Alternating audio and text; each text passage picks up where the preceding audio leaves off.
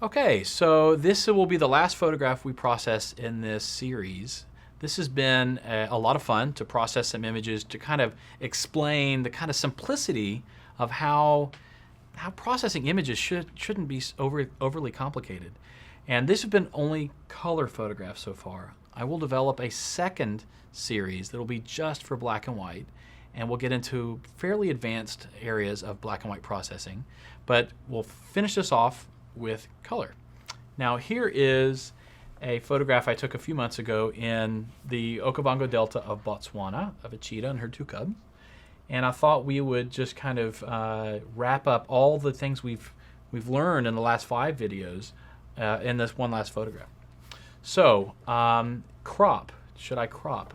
You know, I think I'm not going to crop because I like the vegetation and how it's kind of a part of the scene. I think it's very important. However, it is a very elongated type of a subject where you've got the mother laying on her belly on her side with those young cubs. So I think I'm going to bring it down a little bit, like maybe to around there. I like having these this vegetation in the background. We're going to keep that. So again, white balance. I actually think that this is a little on the warm side by default, how the camera chose the white balance. Mainly because direct light is typically warm and shadows typically have a blue cast. And they have a blue cast because the sun is not direct and the predominant color is coming from a blue sky, casting down a blue shadow. So I would like to cool this scene off a little bit with a little bit cooler white balance. But I will make the warmth come back up later, specifically in these highlights. So we're going to bring this down a little bit. Not too much, maybe 5200 degrees.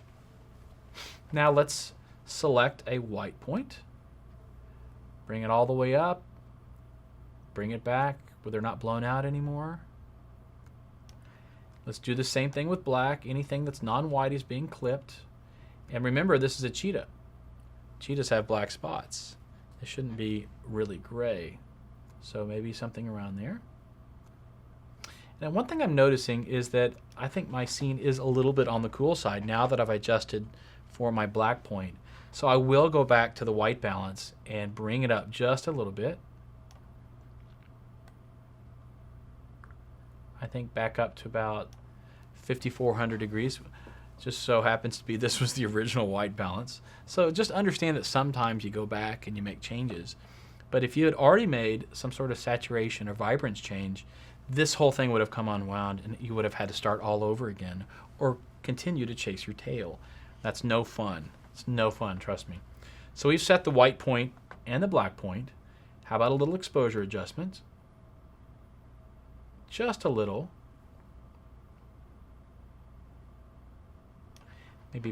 Maybe a quarter of a stop increase, and then a little bit of a shadow adjustment. But you know what? I don't want that shadow adjustment affecting the background. So maybe a little bit later we'll do a radial filter of just affecting what's inside the circle using an invert mask to just affect what's inside that circle, so our subjects. Or I could actually paint a mask on them. Maybe that's the easier approach. So let's continue. And maybe I'll adjust that black just a little bit more, bring it down. I'm liking this, it's looking pretty good. And no clarity, but maybe I want clarity on my subject. This is one thing we haven't really spent much time with, is how clarity can work very well as a way of getting contrast on wildlife subjects, but you have to use that in conjunction with other slider adjustments. So we'll get into that now. So let's go into the adjustment brush. Let's go through and just paint a mask over all 3 of these beautiful cats. I'll show the selected mask overlay. We'll go through a little sloppily. Don't want to spend too much time on this. If you end up watching this on an iPad, maybe you can zoom forward another 15 seconds. Some applications allow you to do that.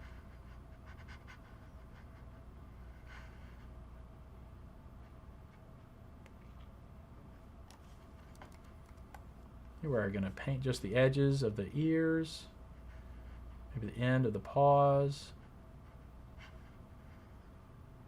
And I think we're just about done painting the mask, not doing any adjustments yet. So I'll select O, which takes me outside of the viewing of what that mask overlay is. Now, we talked about this earlier, where if you increase the clarity, this was in video 1, if we increase the clarity, it seems to cool off that area. So often, I will use clarity in conjunction with a little positive adjustment to the temperature. But sometimes when I use clarity, it blocks up the shadows. So now I need to also increase the shadows. So let's increase the clarity, and you'll notice it might feel a little bit cooler on the subject. So we'll bring this up to about 19 or 20. I'll increase the shadows to open them up just a little bit, and then I'll use an increase in temperature by maybe a positive, let's say a positive of 5. So we did 3 different things on that mask, not having to repaint for each adjustment. So in summary, we did a temperature plus 5, whites plus 14 to get a little bit more contrast in there, increase in clarity, and maybe let's add just a tiny bit of shadows in there, just a tiny bit.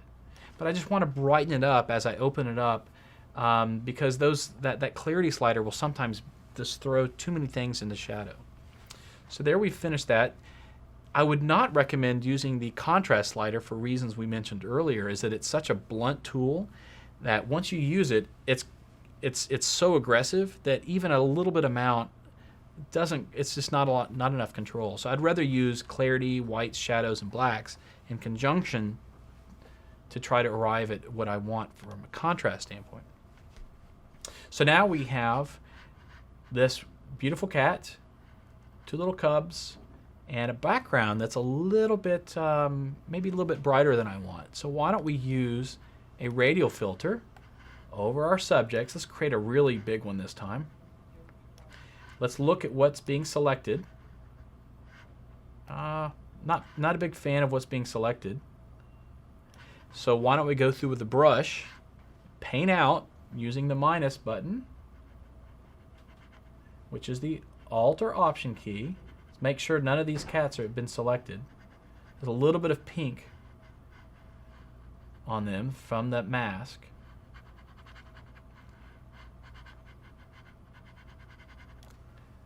Let's click O, redo it, back, and now let's get the exposure down just on the background a little bit. Maybe about that amount.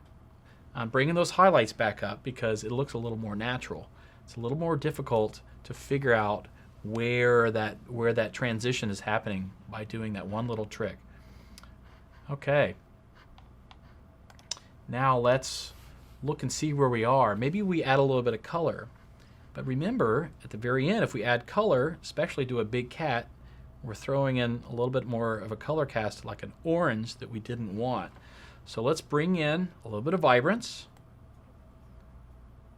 Looking good, looking good. And I'm starting to see a little bit more orange happening in these cats. So let's go down to the HSL tools, take the target adjustment tool, and bring down. You'll notice that both orange and yellow, there's more orange than yellow in this area of the cat.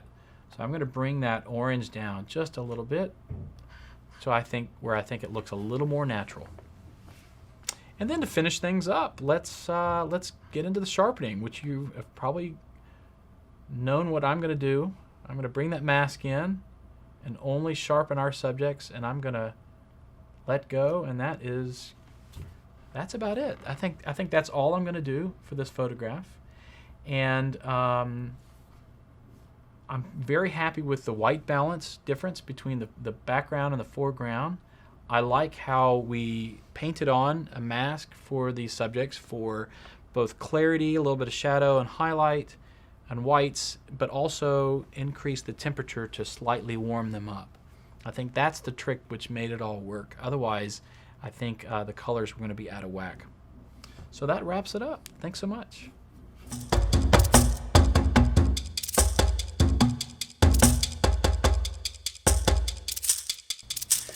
In wrapping up, thank you so much for taking the time to look at all these videos to try to get into the world of processing your photographs in a more efficient way without chasing your tail with doing exposure adjustments, some color, and then all of a sudden you need to do more exposure adjustments because you did color too early. I just wanted to present my way of processing. It's a little simple, and hopefully it's very helpful for your own needs, whether you're a wildlife photographer, a landscape photographer, architectural photographer, cultural or people, whatever. Hopefully this has been helpful to solve your specific needs. I will be making another tutorial for just black and white because it's a totally different way of processing your images, and I have multiple avenues to take. So please take a look at that as well. And if you ever find yourself wanting to go on a beautiful nature photo safari in Africa or elsewhere, please look me up at andybiggs.com. Thanks.